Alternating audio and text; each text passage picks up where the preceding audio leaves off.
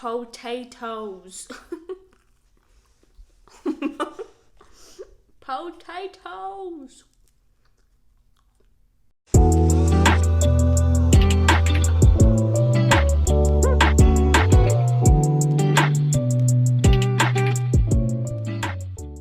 Hello and welcome back, lifters. So I hope you guys have been doing really well. What's been going on with life? I know it's definitely getting cooler where I'm at, so I'm starting to feel, I'm feeling the flannel vibes. So that's what we're dealing with here. So, as you can see from the title of the video, we are going to talk about 11 mistakes that people make when first joining the gym. So, obviously, since I work at a gym, I meet a lot of new members. I meet old members, of course, and everybody's doing all different things, but these are 11 things that I could say everybody, that is consistent for pretty much everyone. But not everybody makes these mistakes, but a lot of people make these mistakes. Mistake number 1 is not warming up or just warming up wrong. So warming up is getting the blood flowing through your body, getting your muscles nice and warmed up. You don't want to work out cold. You can run risk for injury. You don't want to run the risk of injury because then you can't work out and then you don't make gains and then it's not very fun for anybody. So, warming up is very important. Mistake number 2. So, before you freak out, before you freak out and before you get mad at me, let me explain. Mistake number 2 is spending a bunch of money on supplements and pre-workout when you don't need it. Let me explain. When you first join the gym, you don't really need a ton of supplements.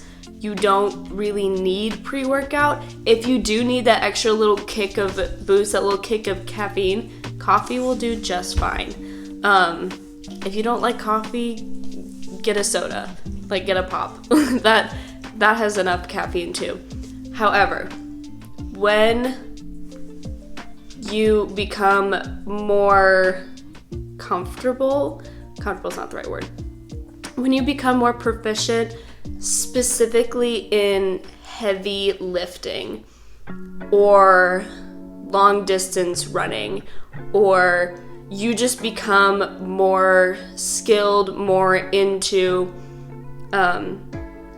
whatever you're doing, that's when you can start buying those supplements. Me personally, I don't love supplements. I don't take any pre-workout. I don't take anything. However, I'm not a power lifter. I'm not a runner. I'm not a cyclist. So,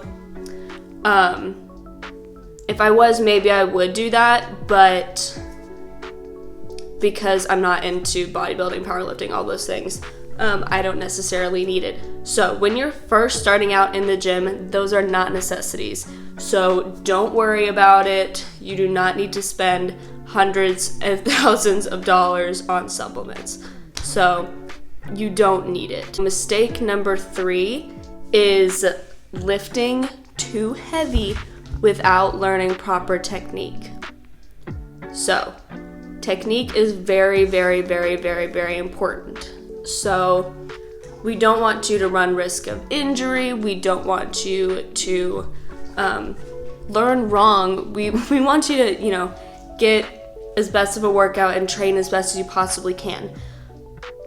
But I know that for a lot of people, ego gets in the way. Me too. It definitely, I want to slap the weight on sometimes and just go for it. But I can also get injured that way. So make sure that your technique is really good, you feel comfortable before you start stacking that weight on. So just make sure that, you're good. Don't be afraid to drop the weight before moving on. So mistake number 4 is using belts when you don't need to use your belt. So I actually see a lot of people do this, even people that have been in the gym for a while. We've kind of talked about it before, but I'm still gonna give you a refresher.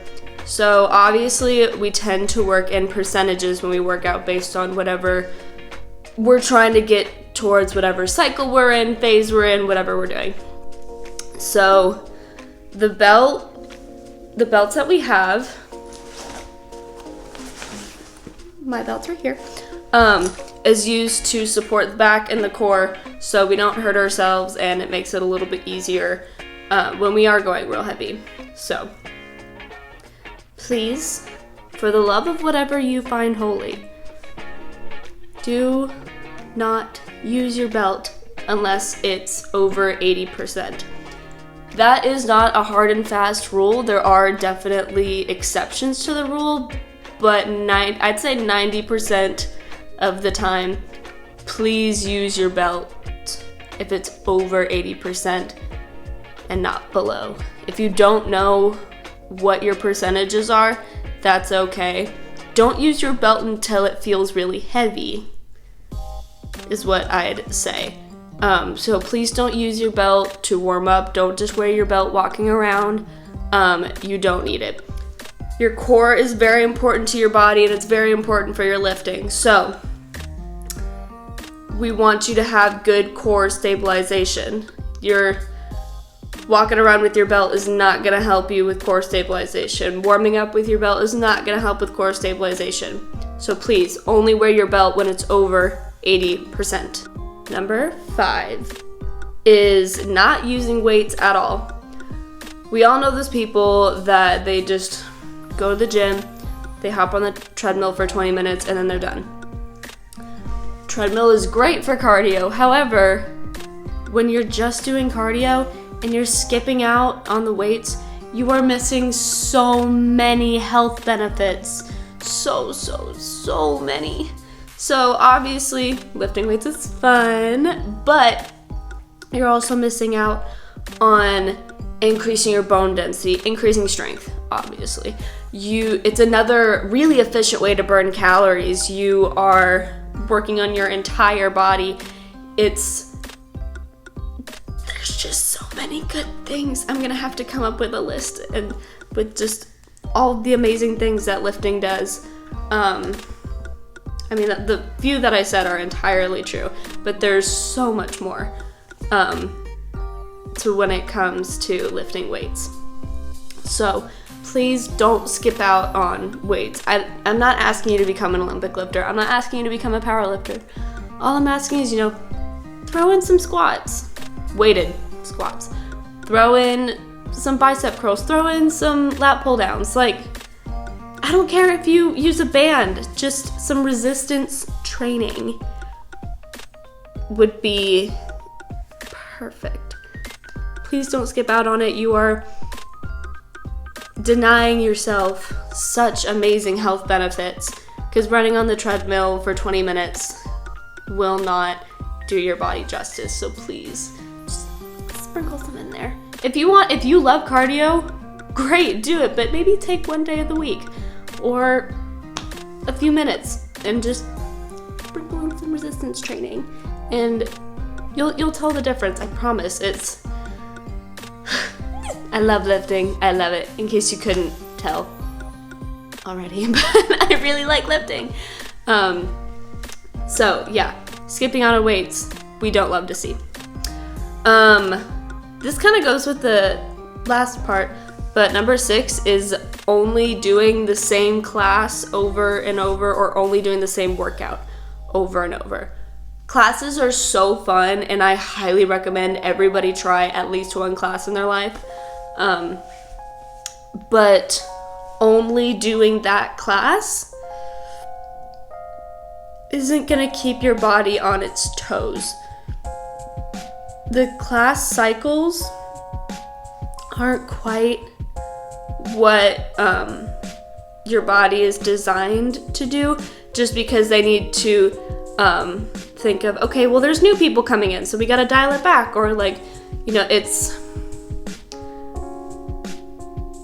it's not as personalized, which is fine. But you definitely need to keep your body on your toes, which is why also doing the same workout over and over and over and over will not get you any results. I'm not saying never ever do the same workout twice. I literally do the same workout probably twice a week. But it's within cycles. It's different weight, different percentages, slight variations. So you definitely want to keep your body on your toes. You want to keep your body guessing, and that's how it's going to improve. We don't want you to do the same thing over and over because you're not going to get results. What's the phrase? Oh, the definition of madness is trying the same thing and expecting a different result, or insanity or something. It's the same thing for your body. You can't just do the exact same thing over and over and expect something else, something different to happen. So try new things. Basically all I'm saying. Oh, number 7 is not having proper recovery and not sleeping. So we see ads all over social media, TV, all this stuff about supplements. And, kind of talked about supplements a minute ago. But the best supplement you can take for your body is sleep. And I know for people that, we're in our 20s or you have kids or, you're just kind of like a workaholic, sleep can be hard, but really highly recommend getting as much sleep as possible because that's where the growth happens. That's where the recovery happens. So when we lift weights, our muscles are going to grow in the right way. But your muscles aren't actually growing when you're lifting. When you are lifting, the muscle fibers are splitting, they're breaking apart, they're breaking down. When you sleep, when you're doing recovery, is when they're building back up and getting bigger. They're growing. So sleep is actually where the gains happen. So just keep that in mind when people say no days off, or never stop the grind. The grind has to stop for the grind to keep going. That's all I'm saying. It's not sustainable for your body to just go. It's not sustainable. It's not gonna happen. So sleep and recovery is very important. I did a short. There's a video in one of my shorts about recovery, I think. If not, I will post it. But some really awesome recovery options. I can definitely do a video about it if you guys want. That's a little bit more in depth. But, rolling out, stretching, sauna, steam room, contrast therapy, icing. There's all different ways to do recovery. There's active recovery. But, recovery is still very important. But like I said, the best type of recovery is sleep. So don't count out sleep. It's important. Oh, and this kind of also goes with recovery. But number 8 is not hydrating enough. So hydration, we obviously think of water, which water is very important. Please consistently drink water throughout the day. However, there is some slight variations when it comes to hydration. When it comes to after workout that you've sweat a lot, a sports drink is preferable to get the electrolytes back for proper hydration. And if you're getting a Gatorade, don't get a Gatorade Zero for hydration because that doesn't have any sugar. And you need salt and sugar and water. That all binds together to help you hydrate as best as possible. So sugar and salt are not a bad thing. Sorry if you were told otherwise, but sugar and salt are not a bad thing. In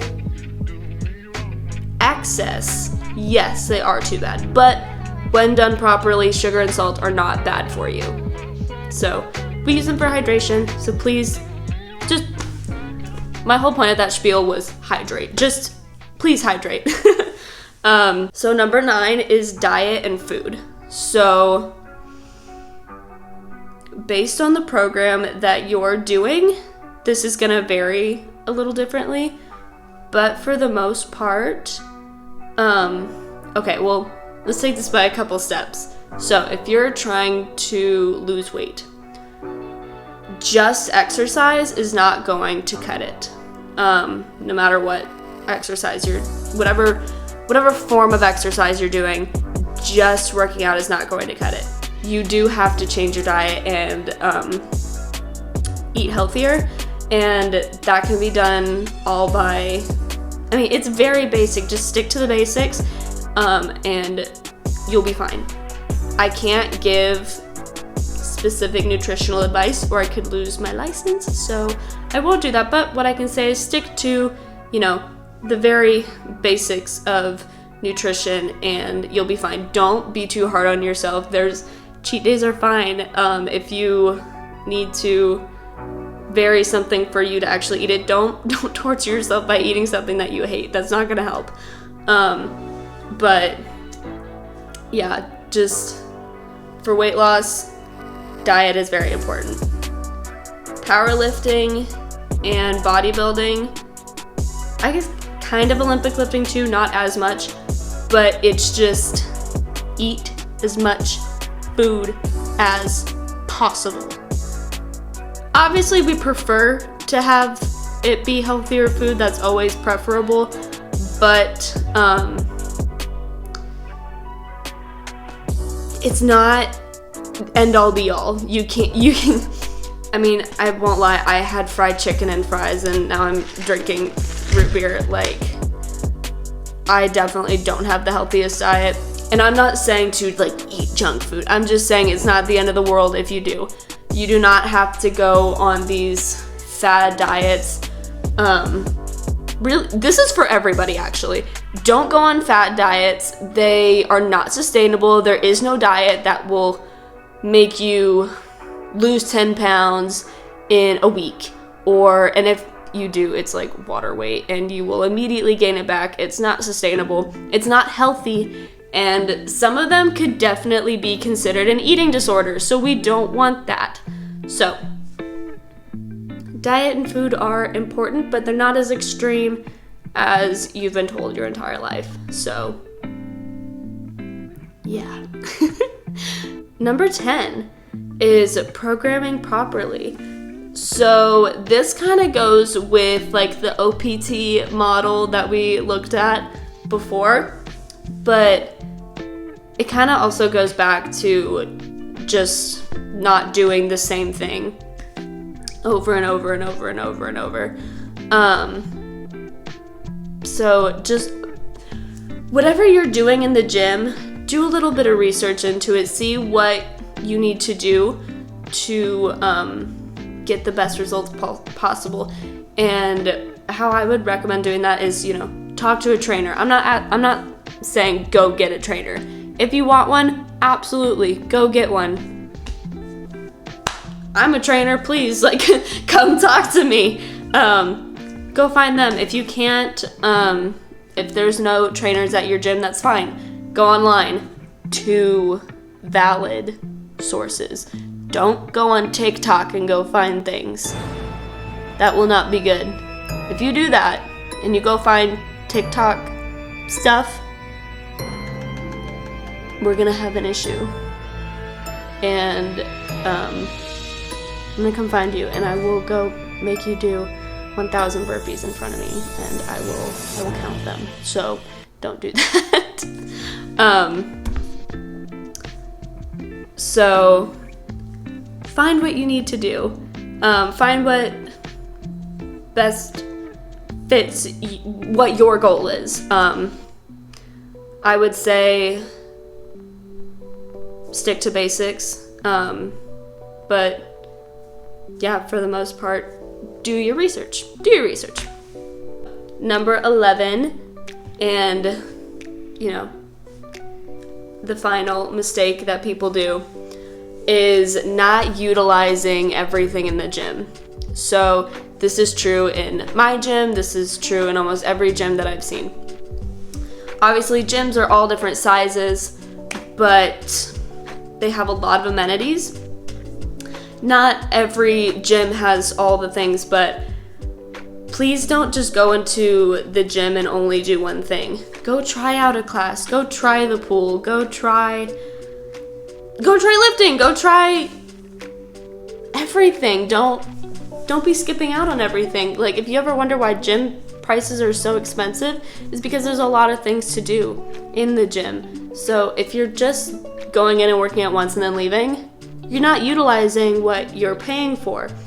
So I would say, go try the steam room, the sauna, go try everything. I mean, in our gym, we have a spa, kids center, tennis, we have steam room and saunas and hot tubs in the locker rooms. And of course, we have a track upstairs, we have a ton of equipment, we have a cross-training area downstairs, we've got basketball courts, we've got lap pools and kiddie pools, and we have a lot of stuff. So it is not the cheapest, but there's a reason why the price is a little bit higher, is because there's so many things. So whatever gym you go to, don't be afraid to try everything.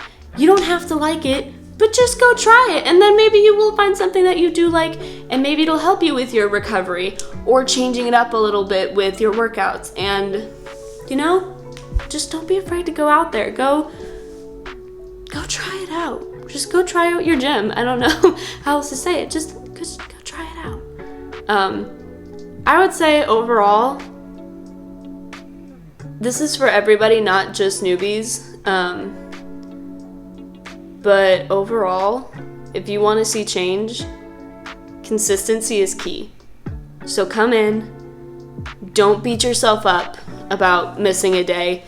Don't go all or nothing, but just stay consistent to a pace that's comfortable for you, but consistency is going to be the key.